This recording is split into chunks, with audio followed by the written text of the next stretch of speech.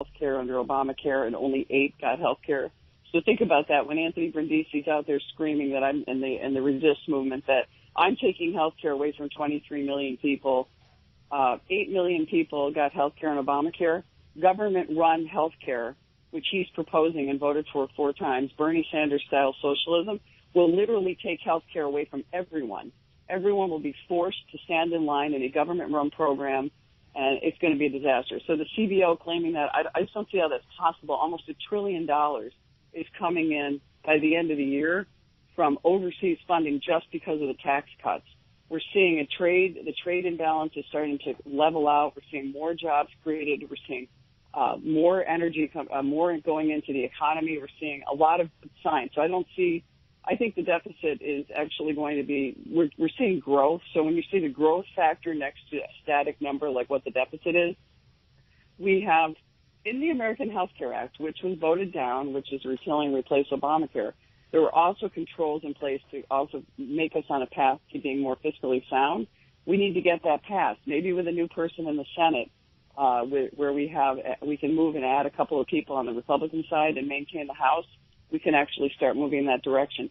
If we don't retain the House of Representatives, understand something. Our taxes will go up. All the enthusiasm in the economy that we're seeing, which is one of the best economies we've seen in decades, many generations, is all going to be gone. We're going to be talking about abolishing ICE.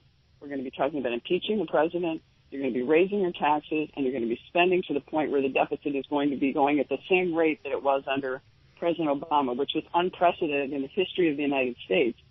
The growth in the deficit under Obama was enormous. It is not going to be that simple to try to scale that back in just a year and a half. Although I have to say that our majority and the president have made incredible strides in the last year and a half. It's really amazing what we've done and what we've been able to accomplish.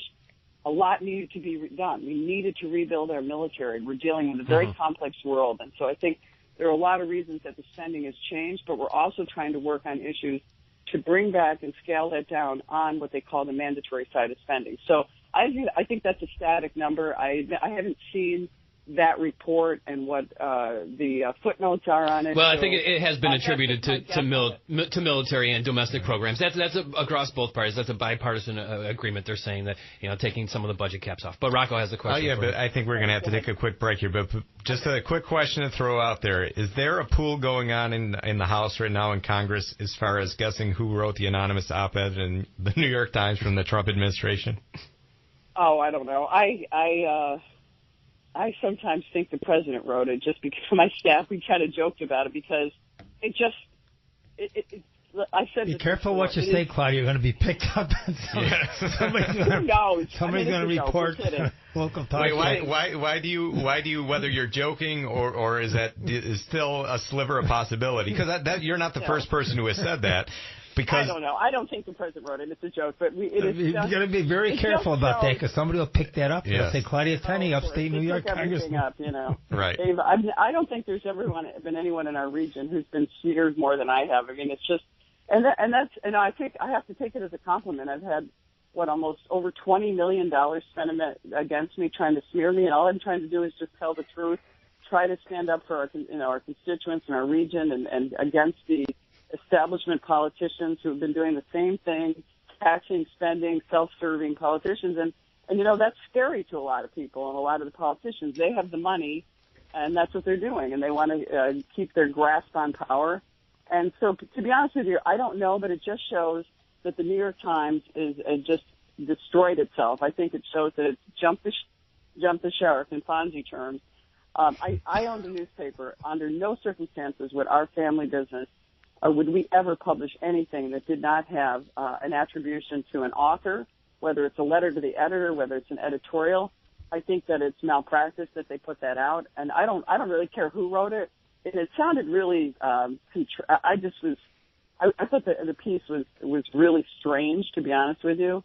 But I think it shows that the New York Times is not a legitimate news organization anymore. That it's completely biased, and it will do anything to destroy the progress that's being made on this side. And they just can't stand the fact that the president is so successful in the last year and a half in spite of the unprecedented angst and the effort to try to take him down. I mean, everything is turning around. The country's doing better.